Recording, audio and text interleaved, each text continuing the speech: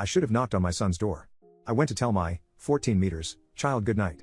Everyone else was asleep, and I wanted to pop in and tell my oldest goodnight before bed. I opened the door and instantly made eye contact. I noticed his eyes were twice the size of ordinary, almost in a cartoonish manner. Then I saw his hand. And what it was doing.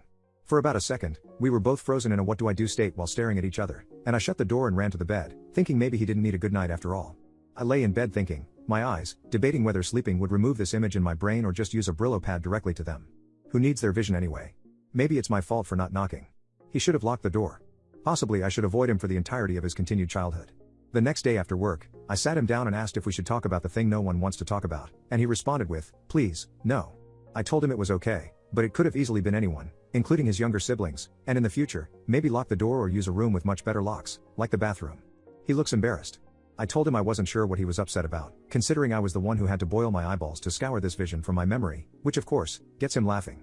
When it came time for me to tell him goodnight that night, I knocked loudly, slowly opened the door, knocked some more, slowly poked my head in, and knocked again. He was playing on his laptop and couldn't stop laughing. I'm glad he found so much humor in my actions and can feel unshamed. I will continue to knock and try to forget what I saw, but I don't think I'll forget how his eyes grew 3 times their normal size that night. It was like the Grinch's heart. I didn't know humans' eyes could get so big. All this being said, I love my kid, and well, everybody poops, so I'm not upset.